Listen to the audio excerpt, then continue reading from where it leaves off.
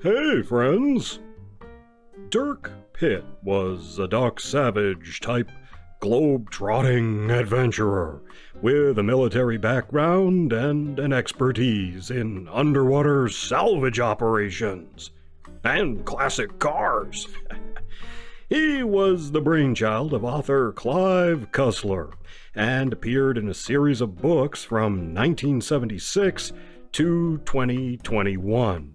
Cussler himself died in 2020. The last Pitt novel was released posthumously.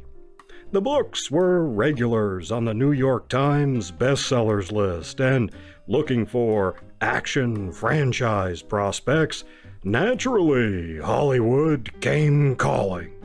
The results, while memorable, were less than stellar. The first film featuring Cussler's action hero was Raise the Titanic in 1980. And after that one, it would be over 20 years before Hollywood came calling a second time. The result is the movie we're talking about this time, Sahara from 2005, starring Matthew McConaughey, Steve Zahn, and Penélope Cruz. Our story goes like this. Back during the Civil War, the Confederates are minting gold pieces, coins. But when it becomes clear the Confederacy is gonna lose, they secretly try to get the gold coins away in hopes of one day funding a new Confederate empire. Now, while the Confederate Mint was known to have made some test mintings, no one knows about the vast quantities of coins they secretly made, according to the movie. They load up a Confederate ironclad with the gold and make their escape, disappearing into history. Flash forward to the then present day when our hero Dirk Pitt, who has obsessed over legends and rumors of this gold ship, is given a chance to look for it in Africa. Yeah, you heard right. In Africa. Meanwhile, this sexy chick is a doctor for the World Health Organization. She's investigating a plague among the locals, and some no-goodniks try to stop her. Dirk Pitt comes to the rescue. Pitt, his friends, and the doctor go into hostile territory and wind up in an action fest, trying to discover the source of the plague and stop it before it spreads across the face of the world. Can Pitt save the day? What is the connection to the evil villains and this plague? And is the ironclad really there in Africa? In our cast is Matthew McConaughey as the stalwart hero Dirk Pitt.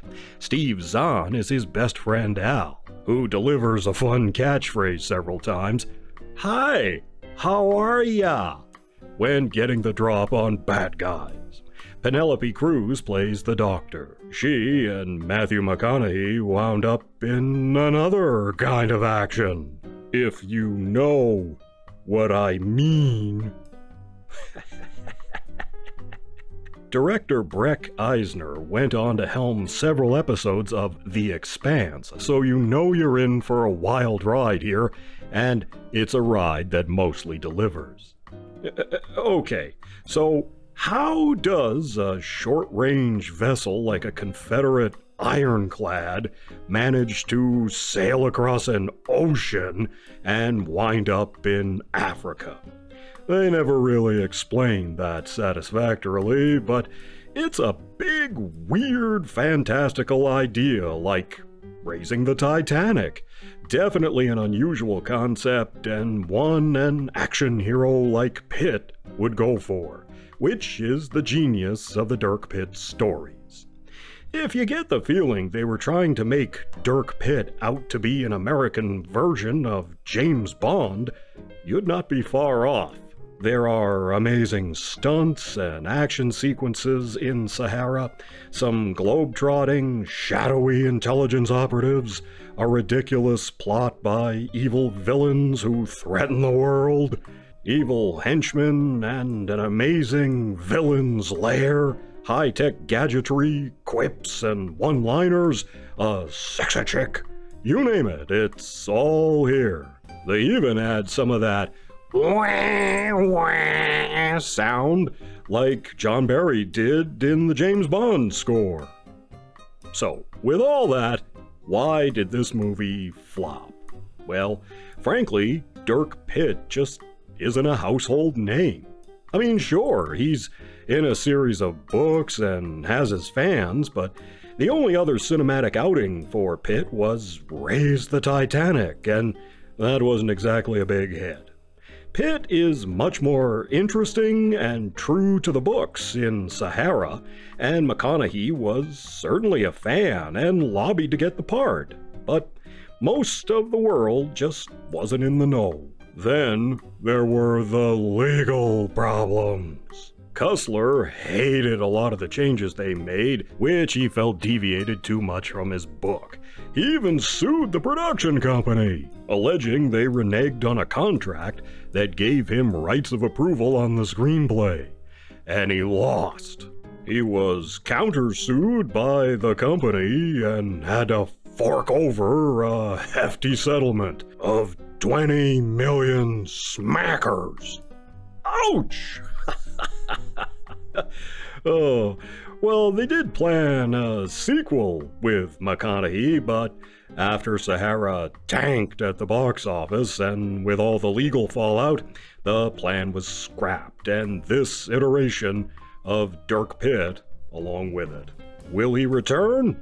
Who knows? If McConaughey couldn't make it happen, the future looks doubtful. But gotta say, I enjoyed this one. It's just a big, fun action movie back when they still knew how to make them. So I'm giving Sahara 2 3/4 paws. Lots of fun and well worth a watch. You can see my review of Raise the Titanic here. In the meantime, you take care of yourselves, and I'll see you in the next one.